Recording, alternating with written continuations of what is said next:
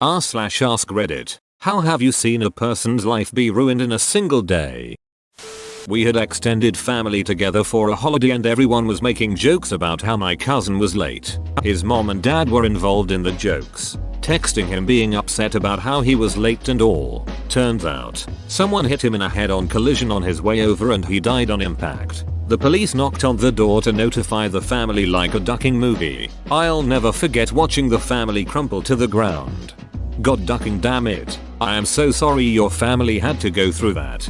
Thank you. Apparently the guy aimed for him on purpose too. So you can imagine how well the family has taken it.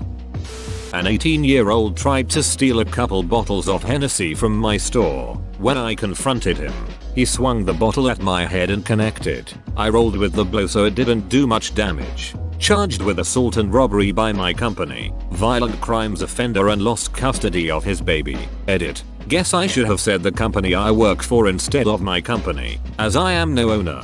LOL. It's always ducking Hennessy. I've seen like 4 or 5 liquor store robberies. Well, grab and dash type. Not everyone get on the ground.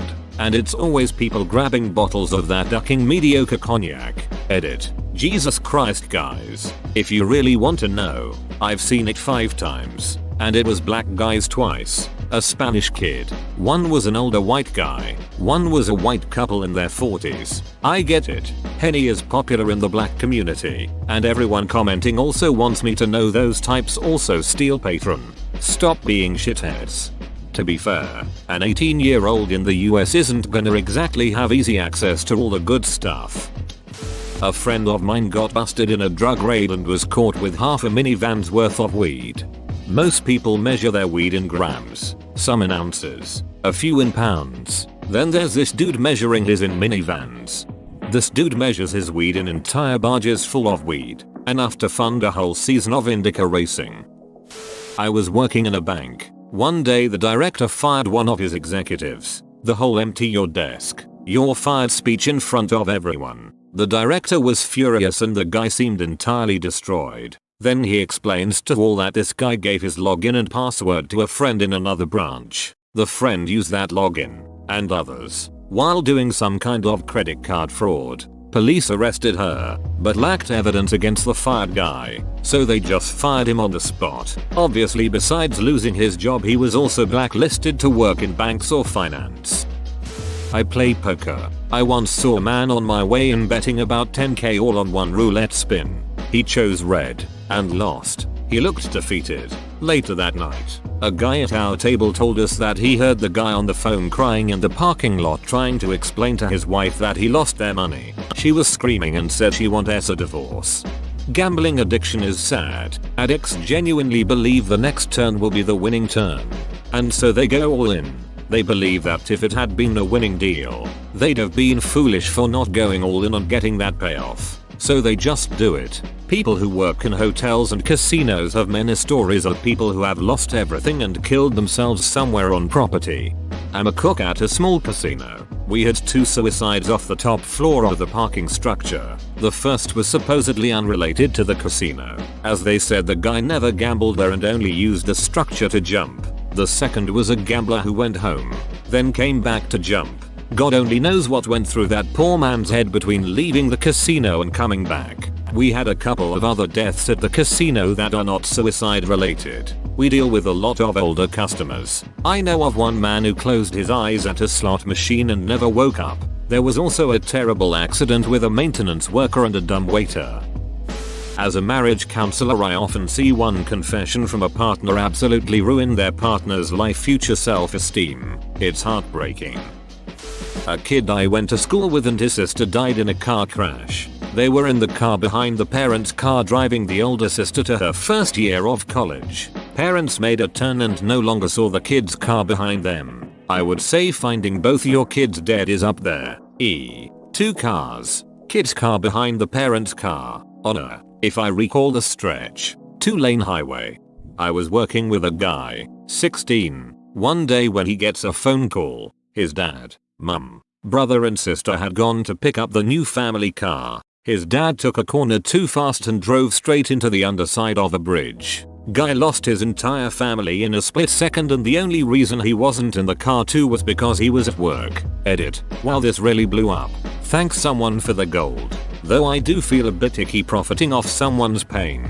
To answer a few questions. They were in a brand new car. It was officially blamed on excessive speed. The corner was a weird one. You kind of go under the small but solid concrete bridge through a slight S-bend while also going down and up a slight hill. Not really dangerous unless you're speeding. I don't know what happened to the poor guy. This was approx a decade ago and I was only a teenager myself. I just remember never seeing him at work again. There are newspaper articles but I'm not sharing because they name names and I don't want to dox the poor guy or myself. That's the shit my nightmares are made of. I couldn't care less what happens to myself, since I don't really have the will to live. But if my entire immediate family died before me, well, I'd basically be dead myself. I don't think I could survive that kind of trauma. My neighbor knocked on the front door early one morning. We'd never met. He introduced himself and wanted me to know why there might be a lot of cars parked in front of the house. All 3 of his children had died in a car accident the night before. Someone baked this guy a casserole or something. That one ducking hurts. The fact that he was still worried about your parking situation and the curiosity you may have, to me, speaks volumes about him as a person. Dude probably wanted any reason in the world to leave his house. One guy I knew found out that he was going to be a father on his graduation night. He was 17. And he looked absolutely destroyed. To be fair, a lot of people waste their 20s with booze and bullshit anyway. This kid will be done raising his child by the time he is 35. If this is any kind of kick in the ass to get him on a good, productive life path, his life isn't over by any means. Speaking as a teen mom, your points are valid. The economic realities of being a teen parent are hellish though. And I don't think people really realize how hard it is to provide for a kid when you're still a kid yourself. My sons are 5 and 4. I'm 24 now. And we're still dirt poor. It's going to take a long time for our family to recover economically from the way the boys have limited my and their dad's earning potential. Edit. Guys, I'm not saying it's the kids' fault our earning potential is limited. Believe me, as a resented daughter, I will never resent my sons. My meaning was that having the boys directly led to our earning potential being limited. I am well aware it was my decisions that led to our situation. I'm not bellyaching or playing the martyr. I'm advocating a realistic view of teen and youth parenting. One of my friends was playing online with me when I hear a knock on his door through the mic. His parents walk in and decide to tell them that he is adopted and that they are getting a divorce. All in one go. No emotional breaks or anything and my friend just breaks down over the mic as his parents walk out. Hey man. I know this is a bad time. But we need heels. On a serious note, I hope he is doing alright. Quite the wombo combo to lay on a kid. That ain't Falco. They ain't his parents. Ooh. Yep. At least several times a month we had to take care of a family who learned that their child had cancer that day. Pretty terrible life-altering news. I spent a lot of time distracting kids with board games coloring while their parents were talking to doctors, crying, and then amazingly pulling it together to continue on.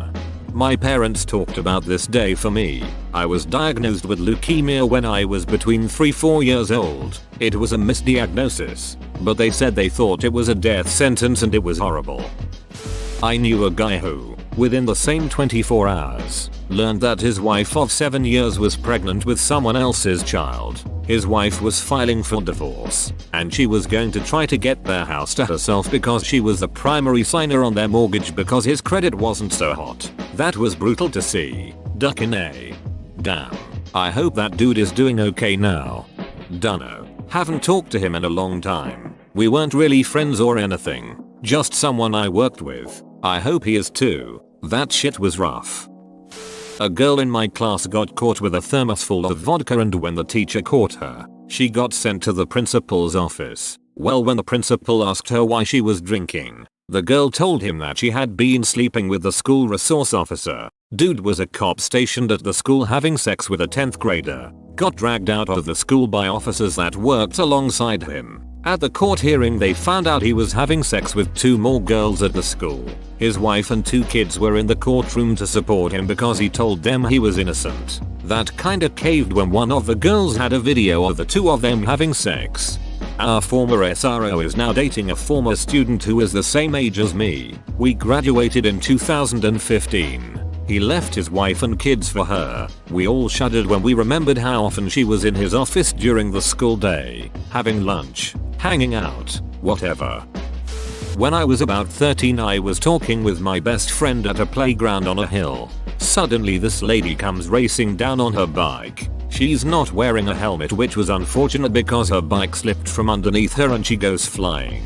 Smacks her head into a corner. I was too young to know this at the time, but I'm almost certain she died instantly. Wear a helmet. My daily commute takes me past a local skate park. Nobody wears a helmet, let alone any other kind of protection. I can't wrap my head around it. Do people think they look cool or tough because they don't wear a helmet? When I was growing up, a kid on my street fell off his longboard backwards and cracked his skull open. Months of recovery, if not years. Obligatory. I love helmets. I can't wrap my head around it. That's because you wear a helmet. It stops your head from wrapping around things. Yup, and I did it. Boss hadn't produced kiddie porn. It disturbed me so much I spoke with a friend who was a desk SGT the town over and asked what could be done. He passed word along to the chief of the town where it was happening. 2 days later the biggest cop I've ever seen walked through the door of our shop and asked to see everyone's id, cuffed and stuffed. You should have seen his face when I was summoned to testify at the grand jury hearing. Edit. This whole thing has been sort of cleansing for me. I've never spoken about it to anyone other than my wife, who supported my decision to become a jobless college student with a family and mortgage. Thanks for the honest and kind words. The most important edit. Those of you saying I'm a hero. I'm not, I'm just a person. The real heroes in this thread are the ones that lived through situations like this and continued on. Maybe reach out to some of them and ask if they're okay. Let them know that they are important, respected, and most of all a valued member of our community. I keep getting asked how I found out, and I've answered it on a few occasions and got a bit rude to one individual. Apologies. I was approached by the victim and they asked for help. I helped. He did it to himself. Thank you for acting on what you found out. Anyone that wouldn't act on this is not human. I feel like I have PTSD from this whole thing. As to this day it still really bothers me, and it was over 20 years ago. This was a few years ago. I work in a hospital. Got notified a large trauma was coming in. A minivan got struck by a drunk driver with the grandpa, aunt and 3 kids under 10. The aunt survived. The kids came to my hospital. 1 dead on arrival and the other 2 we couldn't save. Kept them on life support until the parents got there to say goodbye. I'm always going to remember the sound of the mom singing to them. She lost all her kids and her dad in 1 day. Ugh, this happened near Toronto. I remember this. What a tragedy. Rich guy gets drunk and kills this family. Edit. https://Toronto. Cita News. Car the 20th of November 2018. Marco Muzzo denied parole. A deep dive into the board's decision. Did he get life? Edit. Well shit. Have a friend whose boss got into a gnarly car accident a week ago. Today she was officially told she's paralyzed from the waist down. She was also notified today that her husband died, non-car accident related. I don't know exactly why he passed, but to go from a happy life with your soulmate to not being able to walk and have your life partner is something I can't imagine recovering soon from. That's literally the stuff of my nightmares. My stepdad's life was ruined the day his son, my brother, died. He couldn't cope with the loss, couldn't comprehend the rest of us were hurting just as bad, and turned even deeper into the alcohol and became even more emotionally abusive. Couple years later, when he forced my mom to choose him or me, I watched her make the hardest decision I've probably ever seen her make. She walked away from her husband, the love of her life. Edit. My mother and I no longer have much of a relationship. She made the right choice for the wrong reason. She has point blank told me she regrets having me. My stepdad is, as far as I know, still drunk off his ass and living alone. My mother is alone and living with regrets. As for me, I'm still healing from the scars but mostly doing okay. Edit 2. I am still processing my mother's words. I do not take the blame she tried to place on me. I do not feel that I am a mistake. I know that her feelings problems are not my fault. I know I am here for a reason, even if I don't know what it is. Every part of this is heartbreaking. I'm sorry, and I hope you guys all get to a better place.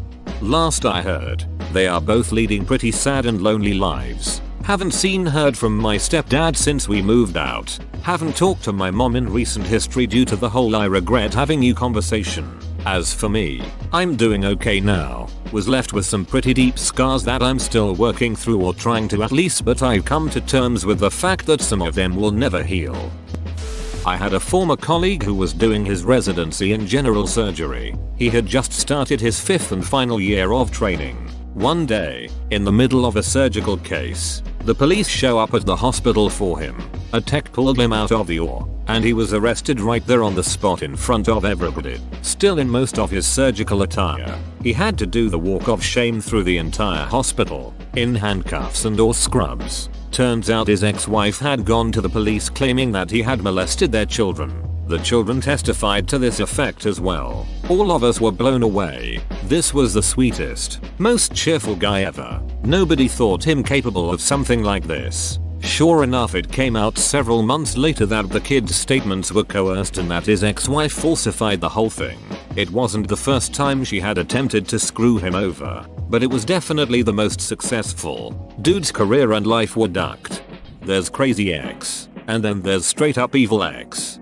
Do you know if she got in trouble for lying? Sounds very similar to what happened to those lacrosse players at Duke a while back.